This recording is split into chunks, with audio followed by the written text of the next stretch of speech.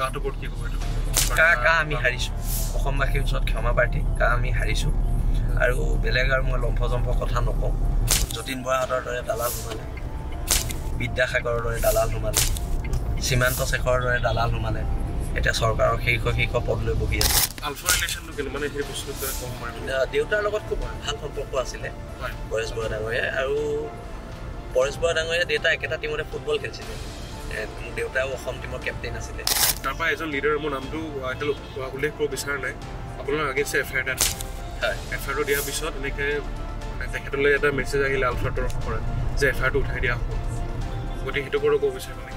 মানে বহুতে ক'লে যে আপুনি মানে পুৰা মানে এনি টাইম এগ্ৰেছিভ হৈ থাকে বা মাৰো মাৰোকে থাকে বা কথা নাই মই খুব ফূৰ্তি ফাৰ্তি লোৱা এনে পিটিছিলে কলেজত থাকোঁতে মাৰপিট হৈছে মানে ধৰক এতিয়া আপোনাৰ 26 ইলেকশ্যন আহি আছে আপোনাৰ এটা আপুনি ডাঙৰীয়া কাৰণে বহুত লাগি দিছিলে ইলেকশ্যনৰ টাইমত আপোনাৰ বিভিন্ন ধৰণৰ মিডিয়া আপুনি বাইকবিলাকত আপুনি কৈছে যে তেখেতক আপুনি মানে ট্ৰাষ্টটো তেখেতে থাকিলে আপোনাৰ বা ফোন কল উঠাই ৰুণচুটি কৰ্মী পগলা ভিক্টৰ দাস মই লগ পোৱা নাই মানে মই যাৰ মুখত শুনিছো খুব চোকা ল'ৰা বুলি কৈছে এতিয়া আপুনি এনআৰচি বিষয়ে কি বুলি এনআৰচি লাগে আমাক একদম শুদ্ধ এনআৰচি লাগে hello' guys welcome to simply real আজি চাগে আপোনালোকে থাম্বনেইলটো দেখি পেলাই গমেই পাইছে আজি আমাৰ গেষ্ট কোন হ'ব আমি গেষ্টৰ কথা কোৱাৰ আগতে কিছুমান কথা ক'ব বিচাৰিম তেখেতৰ দেউতা প্ৰণৱজিৎ চলিহা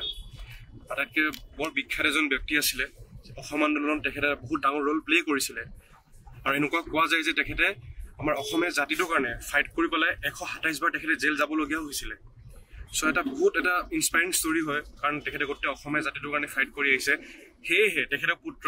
শৃংখল চলিহা দাদা তেখেতে একদম অসমীয়া জাতিৰ কাৰণে আমি দেখি থাকোঁ নিউজ মিডিয়া চেনেলছবিলাকত যে কিমান তেখেতে মাত মাতি থাকে আৰু লগতে বিভিন্ন ধৰণৰ প্ৰতিষ্ঠা তেখেতে কৰিছে গতিকে দাদা আপোনাক প্ৰথমতে এটা কথা সুধিব বিচাৰিছোঁ মই সেই ইনস্পিৰেশ্যনটো ক'ৰ পৰা পালে আপুনি দেউতাৰ পৰা আমাৰ ঘৰখন জাতীয়তাবাদৰ কঠীয়াতলী বুলি কয় মানুহে আৰু অসমৰ বহুত ডিচিশ্যন অসমীয়া জাতিসত্তাৰ বহুতো ডিচিশ্যন আমাৰ ঘৰৰ দৈনিক পৰাই হৈছে সেইটো ইতিহাসে কয় আৰু অসম আন্দোলনৰ সকলো ধৰণৰ প্লেনিং অসম আন্দোলনৰ এই চব আমাৰ ঘৰৰ দৈনিক উপায় হোৱা বুলি কয় আৰু আমাৰ ঘৰখন অসম আন্দোলনকাৰী ঘৰৰ ভাতঘৰ আছিল আৰু আমি তেতিয়াৰ পৰা আমি শুনিছোঁ আৰু কথাবোৰ যিহেতু আমি 87ত মই জন্ম হৈছোঁ তাৰপিছৰ পৰা কেৱল মাত্ৰ অসম আন্দোলনৰ কাহিনী পুলিচৰ অত্যাচাৰ এইবিলাক কথা আমি শুনি ডাঙৰ হোৱা তেতিয়াই ভাবিছিলোঁ যে জাতিটোৰ কাৰণে কিবা এটা কৰিব লাগিব গতিকে দাদা ৰিচেণ্টলি মই এখন নিউজ পেপাৰ মই পালোঁ যেনেকৈ পৰেশ বৰা ডাঙৰীয়াই কৈছিলে যে ৰমদাৰ দৰে জাতীয়তাবাদী ব্যক্তি এজন খুব দৰকাৰ বা এনেকৈ এটা ষ্টেটমেণ্ট দিছিলে তেখেতে গতিকে দাদা আলফা ৰিলেশ্যনটো কেনে মানে সেই বস্তুটো ক'ব পাৰিব দেউতাৰ লগত খুব ভাল সম্পৰ্ক আছিলে পৰেশ বৰা ডাঙৰীয়া আৰু পৰেশ বৰা ডাঙৰীয়া দেউতা একেটা টিমতে ফুটবল খেলিছিলে একে টিমতে ফুটবল খেলিছিলে মোৰ দেউতাও অসম টিমৰ কেপ্টেইন আছিলে ফুটবলত আৰু পৰেশ বৰা ডাঙৰীয়াও তেতিয়া অসম টিমক প্ৰতিনিধিত্ব কৰি একেলগে ফুটবল একেলগে খেলিছিলে ধৰক দাদা মানে আপোনাৰ এই এফআইআৰ এটা দিছিলে যে ৰিচেণ্টলি আপোনাৰ ডিব্ৰুগড় যে এটা আপোনাৰ ৰেপ কেছটো হোৱাৰ পিছত আপোনাৰ কি হৈছিলে আপোনালোকে আৰ্ম ৰেচলাৰ ছোৱালীজনী যে তাইৰ ওপৰত যে মানে শিৱসাগৰত হৈছিলে ৰাইট চ' দে ধৰক দাদা অনেষ্টলি আপোনাক মই এটা কথা কওঁ তেতিয়া আপোনালোকে পূৰা মাত মাতিলে তাৰপৰা এজন লিডাৰ মোৰ নামটো উল্লেখ কৰিব বিচৰা নাই আপোনাৰ আগেছে এফআইআৰ এটা এফআইআৰটো দিয়াৰ পিছত এনেকৈ মানে তেখেতলৈ এটা মেছেজ আহিলে আলফাৰ তৰফৰ পৰা যে এফআইআৰটো উঠাই দিয়া হ'ব গতিকে সেইটো বাৰু ক'ব বিচাৰিব নেকি কথাটো হৈছে যেতিয়া জাতিৰ বিপদ হ'ব আলফাৰ পন্থাটোক আমি সমৰ্থন নকৰোঁ কিন্তু সকলো একগোট হ'লে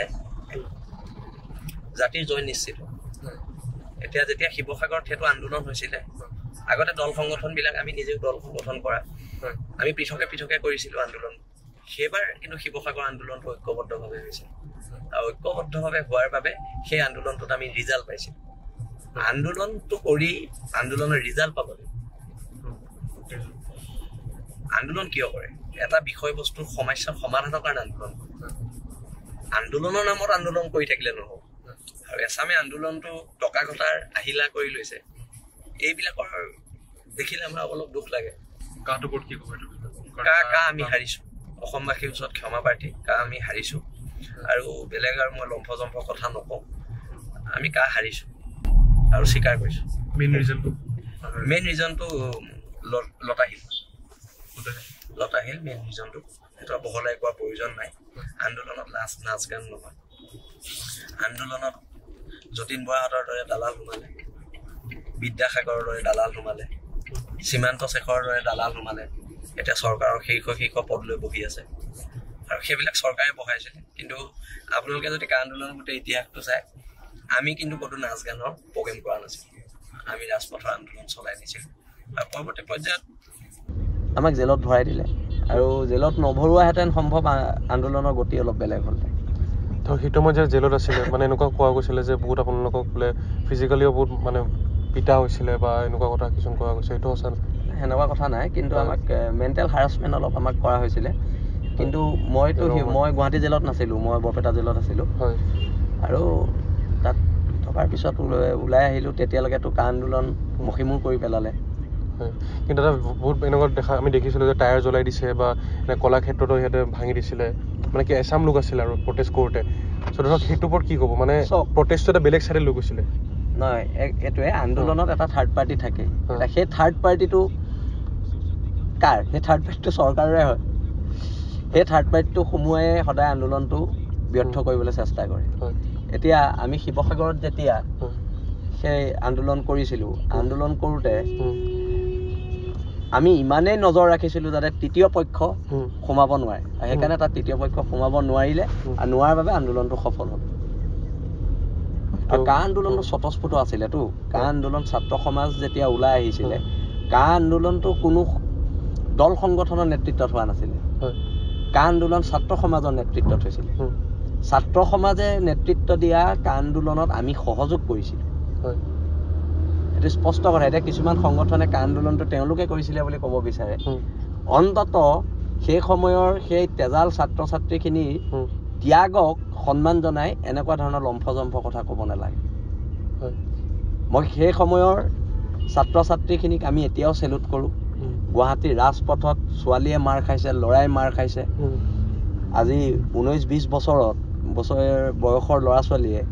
দেশ জাতিৰ কাৰণে ৰাজপথলৈ ওলাই আহি পুলিচৰ মাৰ খোৱাটো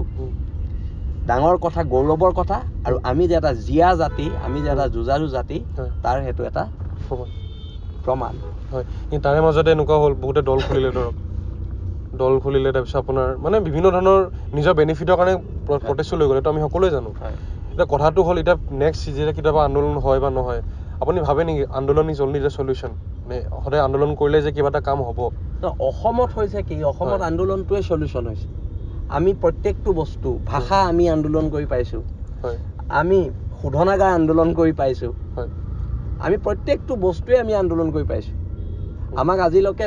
দিল্লীয়ে এই কংগ্ৰেছ গভৰ্ণমেণ্টে হওক সেই বিজেপি গভৰ্ণমেণ্টে হওক দিল্লীয়ে আমাক অসমৰ কাৰণে এইটো কৰি দিম বুলি আজিলৈকে একো কৰি দিয়া নাই আমি প্ৰত্যেক বস্তু অধিকাৰ প্ৰত্যেকবাৰতে আমি কাঢ়ি আনিবলগীয়া হৈছে আমাৰ জাতি কিমান জীয়া জাতি চাওক বিদেশী যাব লাগে বুলি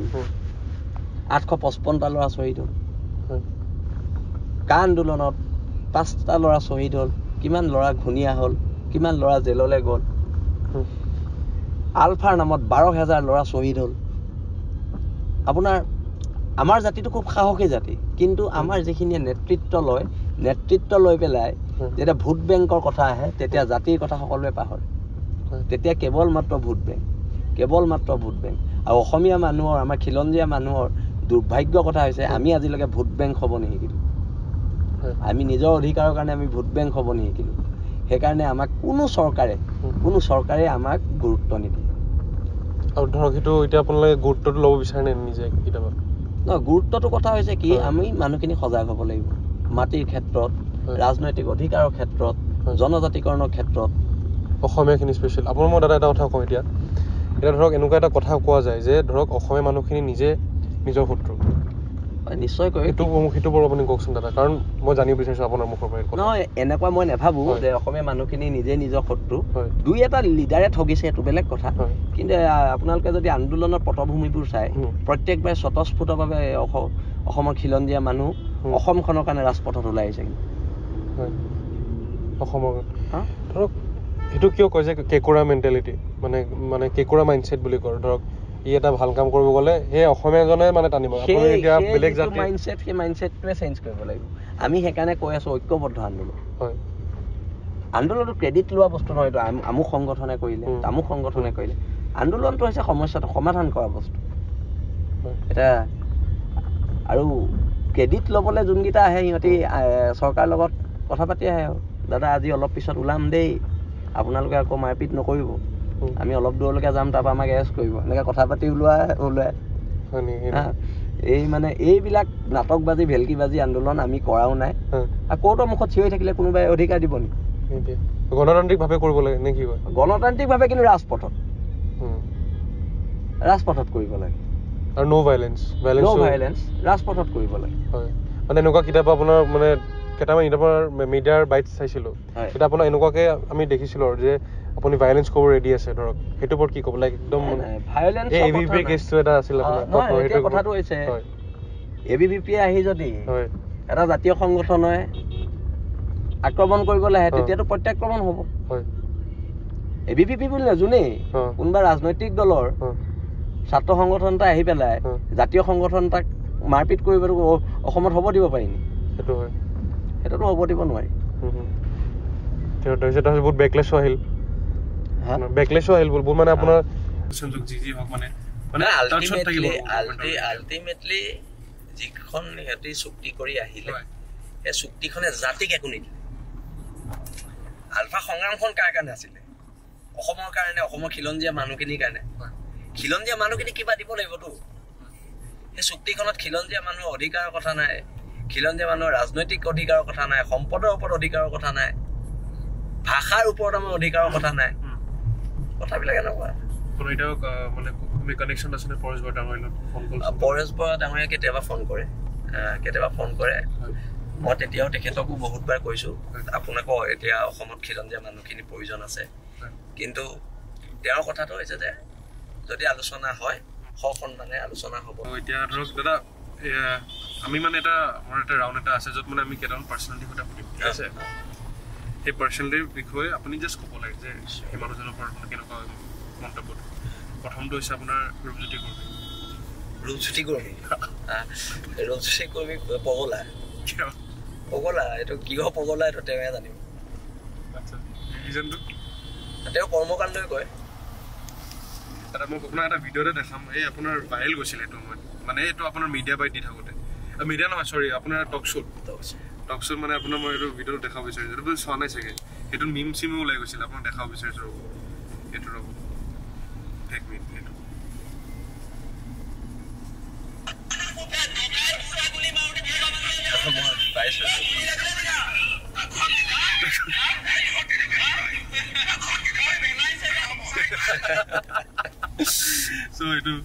এইটো মানে খুব ভাইৰেল গ'ল আৰু তাৰপিছত আপুনি কয় তেখেতে আপোনাক কৈছে যে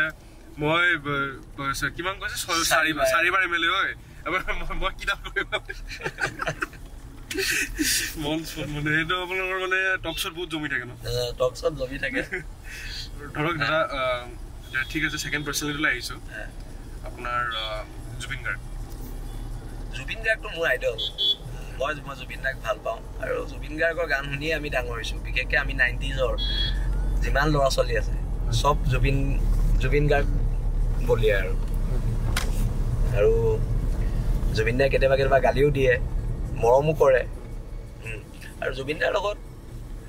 একদম ঘৰুৱা সম্পৰ্ক খুব ক্ল'জ ৰিলেশ্যন আৰু জুবিন দাৰ সদায় সুস্বাস্থ্য কামনা কৰোঁ আৰু জুবিন দাই সদায় গান গাই যাওক আৰু জুবিন দাৰ সৃষ্টিত সদায় নতুনত্ব থাকে সেইকাৰণে জুবিন দাৰ সৃষ্টি আমি শ্ৰদ্ধা কৰোঁ থাৰ্ড পাৰ্চনেলিটিলৈ আহিছোঁ আপোনাৰ আমাৰ অসম মুখ্যমন্ত্ৰী ডক্টৰ হিমন্ত বিশ্ব শৰ্মা ডাঙৰীয়া তেখেতৰ আপুনি কওক মানে কি চব এটা একদম স্পষ্ট কথা আমি খিলঞ্জীয়া মানুহখিনিক যদি তেখেতে সুৰক্ষিত কৰি থৈ যায়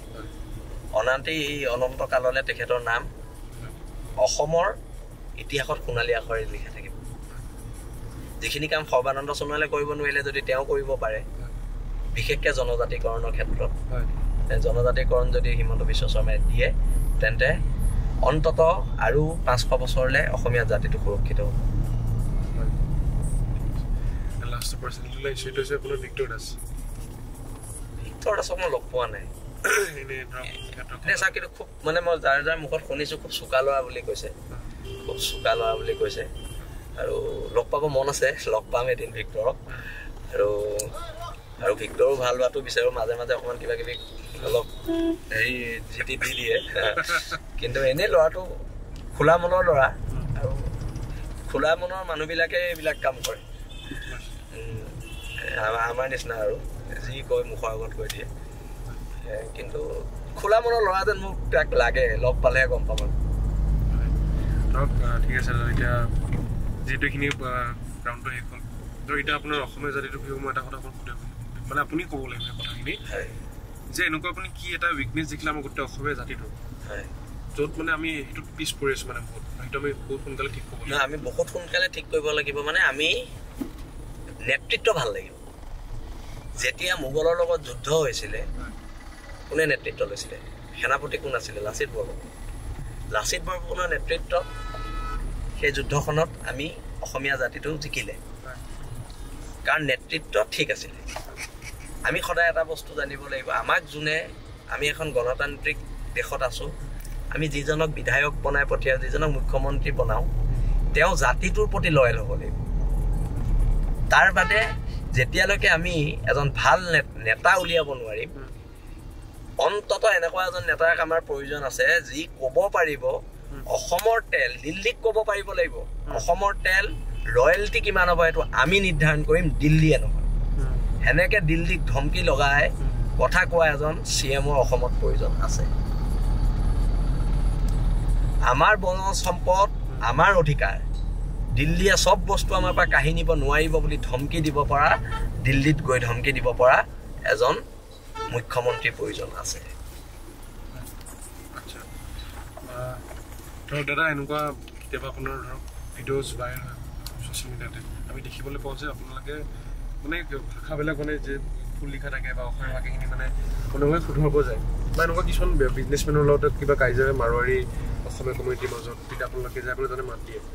ধৰক এনেকুৱা আমি দেখিবলৈ পাওঁ যে কেতিয়াবা ভাইলেঞ্চো ইউজ কৰা হয়, চ' সেইটোৰ ওপৰত কি ক'ব আপুনি?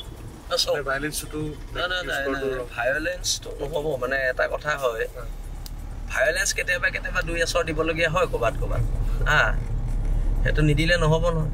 অসমত আহি ইয়াত উদ্ভণ্ডালি কৰিব, তেতিয়া দুই এচৰ দিবলগীয়া হয়, দিওঁ আৰু সেইটোতো উপায় নাই। সেইটো দিব লাগিব, নহ'লে আকৌ উৎপাত বাঢ়িব নহয়। মাজে মাজে দি থাকিব লাগে, মই সেইটো জানো, তেতিয়া ঠিক থাকে। সেইকাৰণে দুচাত এচাত দিব লাগিব মাজে মাজে। আৰু আপুনি ধৰক আমচুৰ বুলি কৈছিলে, সেইটোৰ ওপৰত কি ক'ব? এইবিলাক সংগঠনে হিন্দু মুছলমানৰ কথা ক'লে ইয়াত নহ'ব। ইয়াত হিন্দু মুছলমানৰ কথা নাহে অসমত। অসমত আহিব খিলঞ্জীয়া অখিলঞ্জীয়া, খিলঞ্জীয়া ভাৰ্চেছ বাংলাদেশী। কোনোবাই আমচু খুলি বাংলাদেশীৰ পক্ষত কথা ক'ব আৰু আমি হাত তালি মাৰিব নোৱাৰিম ন। এতিয়া আমচুকেইটাই দম দিলেতো প্ৰত্যাক্ৰমণ হ'ব।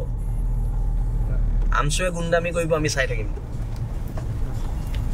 গুণ্ডামি কৰে আপুনি মানে এনেকুৱা বহুত হেৰি আছে প্ৰুফ আছে। সিহঁতে গুণ্ডামি কৰিলেতো এফালেতো কৰিব নোৱাৰে, উজনি ফালে কৰিলে পিঠি বহল কৰি দিয়া হ'ব। কিন্তু এটা কথা একদম স্পষ্ট, গুণ্ডামি কৰিব দিয়া নহ'ব বাংলাদেশী পক্ষত কাকো। ধৰক আপুনি ছট পূজাৰ লৈ কৈছিলে যে ছট পূজাত আমি কৈছিলোঁ যে ছট পূজা ইয়াত কোনোবাই পাতিছে আমাৰ আপত্তি নাই, কিন্তু আমি কৈছিলোঁ যে ছট পূজাৰ বন্ধ আছে, কাতি বিহুৰ বন্ধটো কিয় উঠাই দিছে? আলি আই লৃগাঙৰ বন্ধটো কিয় দিয়া নাই? মিচিং জনগোষ্ঠীৰ আটাইতকৈ পবিত্ৰ উৎসৱৰ যদি বন্ধটো মাত্ৰ 8খন জিলাত দিয়ে, তেতিয়া গুৱাহাটীত থকা মিচিং মানুহখিনি কি হ'ব? নলবাৰীত থকা মিচিং মানুহখিনি কি হ'ব? চাকৰি সূত্ৰে কোনোবা আছেগৈ, চবৰেতো ঘৰলৈ যাবলৈ মন যায়, যেনেকৈ আমি বিহুত যাওঁ। আৰু আলি আই লৃগাং আমিও খুব সুন্দৰকৈ শিৱসাগৰত পালন কৰোঁ, দিচাংমুখত। মোৰ বহুতো মিচিং বন্ধু আছে, প্ৰত্যেকৰ ঘৰত যাওঁ। তাতো এনেকুৱা ধৰক আপোনাৰ লং টাৰ্ম চলিউশ্যনটো কি হ'ব? নহয়, এইটো সেইটোৱে কৈছোঁ, চৰকাৰ থাকিব লাগিব। কাৰণ যদি আপুনি আইন এখন আনিব লাগে, কাৰণ চাওক যিহেতু আপোনাৰ বিল আছে অলৰেডি আছে, মানে এতিয়া ধৰক আপোনাৰ চৰকাৰ থাকিলে সেইবিলাক লজ আপুনি আনিব পাৰিব। তাৰ এটা অল্টাৰনেটিভ চলিউশ্যন কি আপুনি মোক সেইটো? আমি বাহিৰৰ পৰা দাবী দিও আনিব পাৰোঁ। প্ৰথমতেতো আলি আই লৃগাং বন্ধই নাছিলে, আমি দাবী দিয়াৰ কাৰণে 8খন জিলাত দিলে। লাহে লাহে আমি প্ৰক্ৰিয়াবোৰ আগবঢ়াইছোঁ। এতিয়া আমি কাতি বিহু বন্ধটোৰ বিষয়েও আমি চৰকাৰক কৈছোঁ। আমি প্ৰেছাৰ গ্ৰুপ হিচাপে আমি এইখিনি কথা কৈছোঁ আমাৰ কাম প্ৰেছাৰ দিয়া আমি প্ৰেছাৰ দিছোঁ আৰু পৰৱৰ্তী পৰ্যায়ত তাৰমানে মই এটাই জানো আমাৰ খিলঞ্জীয়া মানুহখিনিক ৰাজনৈতিকভাৱে সুৰক্ষিত কৰিবলৈ হ'লে আৰু এই আজিকালি মানে কিছুমান এতিয়া নতুন নতুন এই হেৰি ওলাইছে আমাৰ ৰাজনৈতিক দল মানে আঞ্চলিকতাবাদী দল দুটা মানে কৈছে প্ৰগতিশীল জাতীয়তাবাদ সেইটো কেনেকুৱা জাতীয়তাবাদ প্ৰগতিশীল জাতীয়তাবাদটো আমি বুজি পোৱা নাই প্ৰথম আমাৰ কনফ্লিক্ট তেতিয়াৰ পৰাই লাগিছে প্ৰগতিশীল জাতীয়তাবাদ মানে ৰাজস্থানৰ পৰা অহা মাৰোৱাৰীটোক লৈ অসমৰ প্ৰগতিশীল জাতীয়তাবাদ হ'ব নেকি হা তাতকে এইটো ক'ব লাগিছিলে ভোটৰ জাতীয়তাবাদ প্ৰগতিশীল শব্দটো তাত খাপ নেখায় তাত খাপ খাব ভোটৰ জাতীয়তাবাদ আমাক ভোট লাগে খালি জাতি নালাগে আমি এনেহে জাতীয়তাবাদী এতিয়া আপুনি মোক কওক কংগ্ৰেছৰ লগত লগ লাগি ইলেকশ্যন খেলিব আঞ্চলিক দলে জাতীয়তাবাদৰ চৰিত্ৰ থাকিব বিজেপিৰ লগত লগ লাগি অসম গণ পৰিষদে ইলেকশ্যন খেলিব কিন্তু জাতীয়তাবাদৰ কিবা পৰিচয় থাকিব দিল্লী নাগপুৰৰ বহতীয়া হৈ জাতীয়তাবাদ কৰাতকৈ 100 বাৰ ইলেকশ্যন হৰা ভাল কিন্তু নিজস্ব স্থিতিত থকাটো খুব প্ৰয়োজনীয় কেৱল MLA কেৱল মন্ত্ৰী হোৱা আশাটো নহয় নিজৰ আদৰ্শটো জীয়াই ৰখাটো ডাঙৰ কথা হয় নে নহয় ধৰক এতিয়া ক'ব গ'লে মই এটা কথা কওঁ মানে মই ইউথৰ মাজৰ কথাখিনি কৈ আছোঁ ঠিক আছে আপোনাৰ ইউথৰ মাজত আপুনি জানে এতিয়া বহুত ডিষ্ট্ৰেকশ্যন আহি পৰিছে নহয় জানো ডিপ্ৰেশ্যন আহিছে আপোনাৰ এনজাইটি আহিছে বা ছ'চিয়েল মিডিয়াটো জানে আছে তো সেইখিনিৰ কাৰণে আপোনালোকে কি কৰি আছে লাইক মানে এজ এ হোল যদি কওঁ বিল আছে আৱেৰনেছৰ কাৰণে বা আমি এইখিনি বিষয়ত ইমান সোমোৱা নাই কিন্তু আমি সৰু সুৰা APSC আমি কোচিং দিছোঁ গোলাঘাটত এনেকৈ আমি সৰু সুৰাকৈ এইবোৰ সৰু সুৰা কাম কৰি আছোঁ কিন্তু এইবোৰ আমি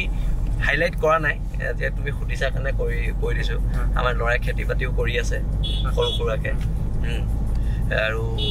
এতিয়া নেক্সট এইবাৰ আমি 2025ত শিৱসাগৰত আমি চিন্তা কৰিছোঁ প্ৰায় 70 বিঘামান মাটিত অলপ খেতি বাতি কৰাৰ মানে অৰ্থনৈতিক সংগ্ৰামখন সমানে লৈ যাব লাগিব আৰু উজনি অসমত বহুত স্কোপ আছে কিন্তু এতিয়া আমি মাটি দিবলৈ কৈছোঁ চৰকাৰক আমাক 100 বিঘামান মাটি দিয়ক আমাক নিদিয়ে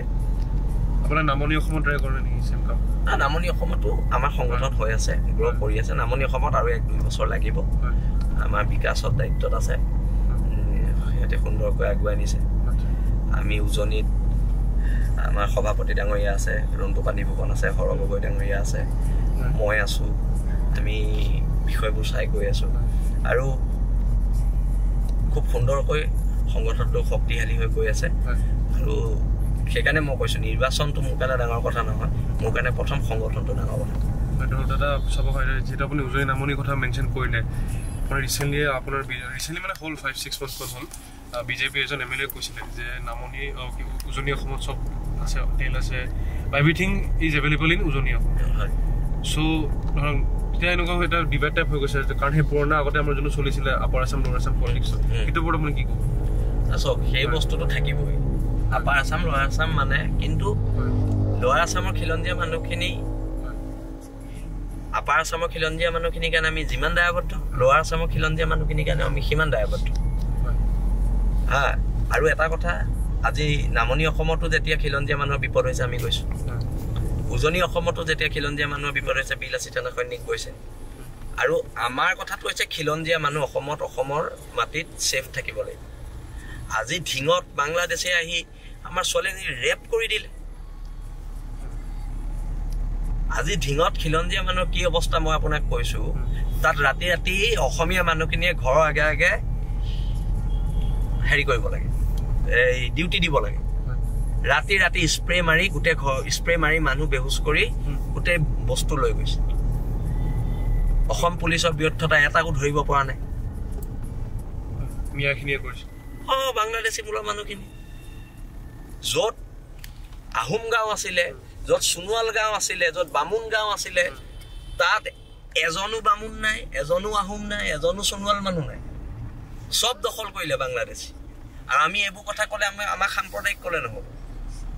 আমি কৈছোঁ যে হিন্দু মুছলমান সকলো বাংলাদেশী এবাৰ যাব লাগিব বা হিন্দু মুছলমান কোনো বাংলাদেশীৰ ইয়াত আধিপত্য চলিব দিয়া নহ'ব আজি এজনী ছোৱালী ৰেপ কৰিছে ঢিঙত, কাইলৈ সেইটো আহি পেলাই নগাঁও টাউন পাবহি, কাইলৈ শিৱসাগৰ পাবহি। এইবোৰকতো প্ৰত্যাক্ৰমণ কৰা হয়, এইবোৰ আমাৰ হাতত পৰিলেতো দিগদাৰ আছে। হিন্দু বাংলাদেশে আমাৰ শ্বহীদ বেদী গুৰিয়াই ভাঙিছে, এইবিলাক চলিব দিয়া নহয়। ধৰক দাদা এতিয়া যিহেতু ঢিঙৰ কথা আপুনি মেনশ্যন কৰিলে, ধুবুৰী চাইডো আপোনাৰ ল'ৱাৰ আছামৰ ফালে ধুবুৰী চাইডতো চাগে বহুত এনেকুৱা ধৰণৰ বিভিন্ন ধৰণৰ কেছ আমি শুনিবলৈ পাইছিলোঁ ৰিচেণ্টলি। চ' ধৰক এতিয়া সেইটো কাৰণে NRC আমাৰ জৰুৰী নহয় জানো? নিশ্চয় NRC জৰুৰী। দাদা এতিয়া আপুনি NRC বিষয়ে কি বুলি NRC লাগে আমাক, একদম শুদ্ধ NRC লাগে। আৰু NRC প্ৰথমতে সন্দেহযুক্ত মানুহখিনিক কৰিলোঁ। আমিতো খিলঞ্জীয়া মানুহৰ NRC প্ৰয়োজন নাই, যিখিনি বাহিৰৰ পৰা ইয়াত সোমাই আছে তেওঁলোকৰ NRC কৰি লওক, তাৰপিছত আমাক NRC কৰক, আমাৰ আপত্তি নাই। আমাক ডকুমেণ্টছ 1826 চনৰ খুজিলেও আমি দেখুৱাব পাৰিম। আৰু সেইকাৰণে এটা কথা আমি স্পষ্টকৈ কৈ দিছোঁ, প্ৰথম খিলঞ্জীয়া মানুহখিনি নহয়, প্ৰথম এই সন্দেহযুক্ত মানুহখিনিক NRC কৰিলোঁ। ধৰক দাদা মিয়াৰ ডেফিনেশ্যনটো কি আপোনাৰ মতে? মিয়া শব্দটোৰ ডেফিনেশ্যন? তেওঁলোক বাংলাদেশৰ পৰা আহিছে, বাংলাদেশৰ পৰা আহি আমাৰ ইয়াত মাটি বাৰী দখল কৰিছে। ঠিক একেদৰে হিন্দু বঙালী আহিছে বাংলাদেশৰ পৰা, আহি আমাৰ ইয়াত মাটি বাৰী দখল কৰিছে, আমাৰ সংস্কৃতিৰ ওপৰত প্ৰভাৱ পেলাইছে। সেইটোৱে সিহঁতৰ ওপৰত ডেফিনেশ্যন। গোটেইখিনি যাব দিব লাগে ইয়াৰ পৰা, গোটেইখিনি গ'লেগেতো অসমখন বহুত ভাল হৈ যাব। কিন্তু এটা এনেকুৱা কোৱা যায় যে বহুত ৰিক্সাৱালা হওক বা ঠেলাৱালা বা লেবাৰৰ যোনখিনি মিস্ত্ৰী আছে কাম কৰিছে সেইখিনিতো আপোনাৰ এটা মিয়াই হয়, সেইটো বোলেতো কোৱা যায়। সেইটো কাম নিদিলেই হয়, আমিতো সেইটোৱে কৈছোঁ। কাম নিদিলে মানুহখিনি কৰিব, কামটো টান পায় এনেকুৱা কোৱা যায়। নাই কৰিব অসমীয়া মানুহে, কিয় নকৰিব? আমাৰ তাতে কিমান অসমীয়া মানুহে কাম কৰি আছে। এইবিলাক ভুল কনচেপ্ট, এইবোৰ ভুল নেগেটিভ উলিয়াইছে যে সিহঁতি কাম নকৰিলে অসম নচলিব। কি কথা এইটো? সিহঁতি নহাৰ আগত অসমত কাম হোৱা নাছিলে, এইবিলাক ভুল কথা। ধৰক আপোনাৰ মানে কথা বতৰা দেখিলে এনেকুৱা ফিল হয় যে বালাচাহেব ঠাকৰে তেখেতৰ নিচিনা আপুনি মানে ফ'ল' কৰোঁ। বালাচাহেব ঠাকৰে সৰুৰ পৰা ফ'ল' কৰোঁ। তেওঁৰ মই জাতীয়তাবাদ, মাৰাঠা জাতীয়তাবাদ তেওঁ যেনেকৈ জীয়াই থৈ গ'ল, যদি জীৱনকালত জীয়াই থৈ যাব পাৰোঁ তেতিয়া জীৱন সাৰ্থক হ'ব বুলি ভাবোঁ। আৰু তেওঁ মোৰ আদৰ্শ ব্যক্তি। আপুনি তেখেতক পুৰা ফ'ল' কৰে? নিশ্চয় কৰোঁ, মই বালাচাহেব ঠাকৰে বহুত ফ'ল' কৰোঁ। আপুনি পুষ্পাটো চাইছে? নাই চোৱা। নাই চোৱা। তাতে এনেকুৱা কোৱা গৈছে যে বহুত কালচাৰেলি সিহঁতে মানে বহুত ধুনীয়াকৈ এটা মানে ধুনীয়াকৈ দেখাইছে কালচাৰটো আমাৰ গোটেই তাৰ চাউথৰ কালচাৰটো। এতিয়া আমাৰ অসম মুভিজবিলাকত আমি দেখিবলৈ পাওঁ দিয়কচোন বহুত বিভিন্ন ধৰণৰ আপোনাৰ কালচাৰেল এছপেক্টছবিলাক, বাট আপুনি ভাবেনে আমি এইটো নেশ্যনেল পৰ্যায়ত লোৱাটো উচিত? কাৰণ একদম নেশ্যনেল পৰ্যায়ত গৈছেও নোহোৱা নহয়, বাট আৰু অলপমান আৰু অলপ নহয়, আৰু বহুত যোৱাৰ প্ৰয়োজন আছে। আজি চাউথ ইণ্ডিয়ান মানুহবিলাকৰ পৰা আমি শিকিবলগীয়া আছে জাতীয়তাবাদ কি, তেওঁলোকৰ ভাষাৰ প্ৰতি সন্মান, তেওঁলোকৰ কৃষ্টি সংস্কৃতিৰ প্ৰতি সন্মান, সাজ পোছাকৰ প্ৰতি সন্মান, সেইখিনি আমি শিকিবলগীয়া আছে। দাদা ধৰক আপোনাৰ যোনবিলাক আন্দোলন আপুনি কৰি আহিছে মানে কিছুমান জেগাত সীমিত, মানে ধৰক শিৱসাগৰ হ'ল বা মানে অভাৰঅল গোটেই আছামত আপোনালোকে বহুতখিনি মানে ধৰক টাচ দিব পৰা নাই ইফ আই এম নট ৰং, সেইটোৰ ওপৰত কি ক'ব? মানে কাম চলি আছে। আমি খুব নতুন সংগঠন, আমি 2010 চনত প্ৰতিষ্ঠা হোৱা সংগঠন, আমি কাম কৰি আছোঁ। লছত বুলিও আমি মই ৰিচেণ্টলি গম পাইছিলোঁ, কাৰণ আপোনালোকক মই হাইলাইটত দেখিলে লকডাউনৰ সময়খিনি বেছিকৈ হয়। আৰু আমি যিমানখিনি পাৰোঁ আগবাঢ়িছোঁ, কিন্তু এতিয়া অসমৰ আমি সৰ্ববৃহৎ সংগঠন, আটাইতকৈ বেছি সৈনিক আমাৰ সংগঠনৰে আছে, আৰু সেইবাবে প্ৰত্যেক সৈনিকৰ ওচৰত আমি কৃতজ্ঞ। আমি বহুত বেয়া দিনৰ পৰা সংগঠন কৰিছোঁ, ৰন্টুদা, মই, হৰ, একদম মানে বহুত বেয়া দিনৰ পৰা সংগঠন কৰিছোঁ। বহুত বেয়া দিন, আৰু কেতিয়াবা বাছত, কেতিয়াবা চাইকেলত, কেতিয়াবা বাইকত, মানুহৰ ঘৰে ঘৰে গৈ বিলাচী থানাৰ নীতি আদৰ্শ বুজাই আমি সংগঠন কৰা। আৰু এই ক্ষেত্ৰত বহুতৰ ত্যাগ আছে, বহুত ল'ৰাৰ ত্যাগ আছে। আৰু বিজেপি গভৰ্ণমেণ্ট অহাৰ পিছত হায়েষ্ট জেললৈ আমাৰ ল'ৰাই গৈছে। আৰু সেইসকল সৈনিককো সদায় আমি চেলুট দিওঁ। আৰু আমাৰ সৈনিকৰ সাহসে আমাৰ মূল মন্ত্ৰ। আৰু অনাগত দিনত অসমত খিলঞ্জীয়া মানুহৰ আধিপত্য থাকিব, আৰু যেতিয়ালৈকে আমি আছোঁ তেতিয়ালৈকে থাকিব। কোনো গুণ দাবী কৰিব নোৱাৰিব, নিজুলেই নহ'ব, কোনো বহিৰাগত মানুহে গুণ দাবী কৰিব নোৱাৰিব। দাদা ধৰক এতিয়া মই কেমেৰাত চাই দেখিছে পিছফালে আমাৰ PSO দাদা এজন আছে, চ' সেইটো লৈ কি মানে কথা কওকচোন, মানে কি কিতাপ আপুনি PSO এইটো মোক চৰকাৰে দিছে মই নালাগে বুলি কৈছিলোঁ তাৰপিছতো দিছে মোৰ চাই প্ৰশ্নটো আহিব পাৰে যে দাদা নাই খুব ভাল ল'ৰা আৰু এতিয়া চৰকাৰে দিছে আৰু উপায় নাই চেফটি ৰিজনছ কিবা আছে বুলি কৈছে ধৰক দাদা যিটো আপুনি মই কাৰ কথা সোধোতে মই এটা প্ৰশ্নটো আপোনাৰ তাতে থাকি গ'ল সেইটো প্ৰশ্নটো হৈছে যে আপুনি ক'লে যে লতাশিললৈ লৈ যোৱা হ'ল গোটেই প্ৰটেষ্টটো আৰু চ' ধৰক আপোনাৰ সমুদ্ৰ ভট্টাচাৰ্যৰ ওপৰত অপিনিয়নটো কি আপুনি তেখেতৰ ওপৰত মই একো অপিনিয়ন নিদিওঁ তেখেতৰ ওপৰত তেখেত মোৰ জ্যেষ্ঠ মই তেখেতক সন্মান কৰোঁ খালি কা আন্দোলনৰ ক্ষেত্ৰত অকণমান মতানৈক্য আছে সেইটো ভৱিষ্যতলৈও থাকি যাব আৰু সেই সময়ত ত্যাগ কৰা মানুহখিনিয়ে বুজি পায়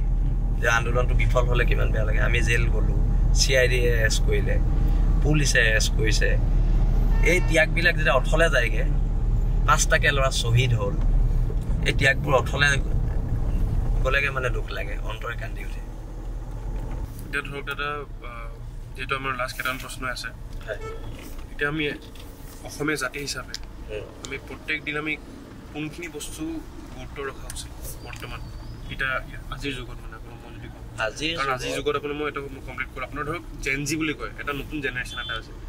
জেনজি বুলি আমি কওঁ মানে এইটো ইংলিছত মানে যোনখিনি একদম নতুন প্ৰজন্মৰ ধৰক 2001 পিছত জন্ম হোৱাখিনি বা 2002 পিছত জন্ম হোৱা সিহঁতে ক'ত ফ'কাছ কৰিব লাগে মানে ওপৰত আপুনি কি ক'ব বিচাৰিব অভাৰঅল ইকনমিটো আমাৰ নেক্সট জেনেৰেশ্যনৰ হাতত থাকিব লাগে ইকনমি যি জাতিৰ হাতত ইকনমি নাথাকে সেই জাতিটো বেছি দিন টিকি নাথাকে ইকনমিক ছাইডটোত আমি খুব গুৰুত্ব দিব নেক্সট জেনেৰেশ্যন আৰু সেই ক্ষেত্ৰত চৰকাৰৰ সম্পূৰ্ণ সহযোগ থাকিব লাগিব সেইটো এটা মেইন পইণ্ট আৰু যিমান চৰকাৰী পদবীবিলাক আছে সেইবিলাকত বিশেষকৈ ওপৰৰ পদবীবোৰ আমাৰ খিলঞ্জীয়া মানুহ তাত সোমাব লাগিব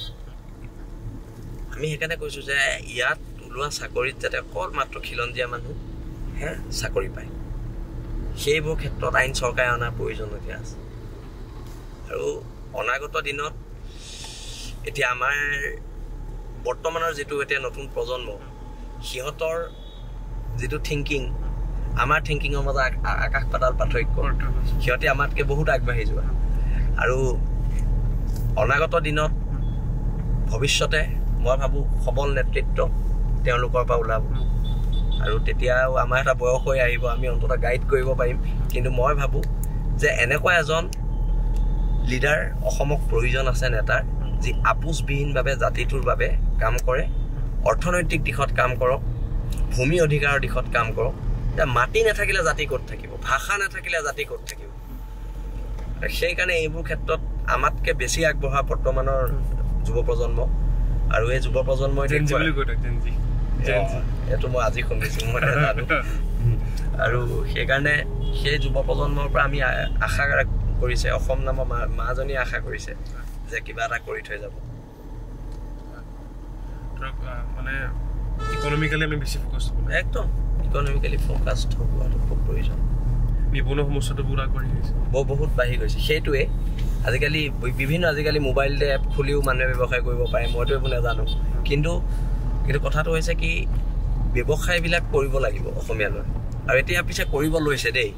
যুৱ প্ৰজন্মৰ ল'ৰাই আজিকালি কৰিব লৈছে আমি দেখিছোঁ মোৰ ওচৰলৈ প্ৰায়বোৰ ল'ৰা আহে কৰিলে খুব ভাল লাগে এতিয়া আমাৰ শিৱসাগৰতে বন্ধু বুলি এটা অনলাইন এপ কৰিছে সকলো বস্তু ডিষ্ট্ৰিবিউশ্যন হয় তাৰ পৰাই ভাল কাম কৰিছে এতিয়া যিহেতু আমাৰ যোনখিনি ভিউৰ্ছে চাই আছে গোটেই এপিছ'ডটো লাষ্টলৈকে যোনে চাই আছে সিহঁতক লাষ্ট কিবা ক'ব বিচাৰিব চবকে এটাই ক'ম শক্তিশালীভাৱে খিলঞ্জীয়া মানুহখিনি একলগ হৈ থাকিব লাগে আৰু আমাৰ ইউনিটিটো যাতে কোনো ভাঙিব নোৱাৰে কোনোৱে যাতে ভাঙিব নোৱাৰে তাৰ কাৰণে সদায় সজাগ হৈ থাকিব লাগে আৰু কেৱল মাত্ৰ এইটো নহয় যে আন্দোলন ৰাজপথ আন্দোলন পথাৰটো হ'ব আৰু আন্দোলন কিতাপ পঢ়িও হ'ব আন্দোলন বিভিন্ন আন্দোলন খেলা ধূলা কৰিও হ'ব খালি আমি এটা কৰ্ম সংস্কৃতি গঢ়ি জাতিক অন্ততঃ আৰু 500 বছৰলৈ যাতে আমি শক্তিশালী কৰি ৰাখিব পাৰোঁ তাৰ বাবে সকলোৱে যাতে একলগ হৈ থাকে আৰু দাদা মই এতিয়া মোৰ ফালৰ পৰা ক'ব বিচাৰিম যে খুব ভাল লাগিলে তেখেতৰ কথা পাতিবলৈ মানে খুব ডাউন টু আৰ্থ পাৰ্চন হাম্বল মানুহ হয় মানে প্ৰথম ফোন কৰোঁতে তেখেতে এটা বহুত ধুনীয়া পজিটিভ ৰেছপঞ্চ দিছে আৰু মানে মই গম পাওঁ যে আপুনি বিচাৰে যে অসমীয়া মানুহখিনি পূৰা আগুৱাই যায় খেলৰ ক্ষেত্ৰত হওক ক্ষেত্ৰত হওক ভাল লাগিলে আৰু 2026 কাৰণে ৰেডি 26টো এতিয়া মই নকওঁ ফাইনেল কিন্তু তথাপিতো আমাৰ দলৰ যেতিয়া এক্সিকিউটিভ বহিব আমাৰ ফেব্ৰুৱাৰীত আছে এক্সিকিউটিভ যোৰহাটত হ'ব তাতে সিদ্ধান্ত হ'ব তাতে সিদ্ধান্ত হ'ব 24 ফেব্ৰুৱাৰীলৈকে তোমালোক ৰখি দিয়া মই জনাম ঠিক আছে দাদা ভাল লাগিলে থেংক ইউ ভেৰি মাছ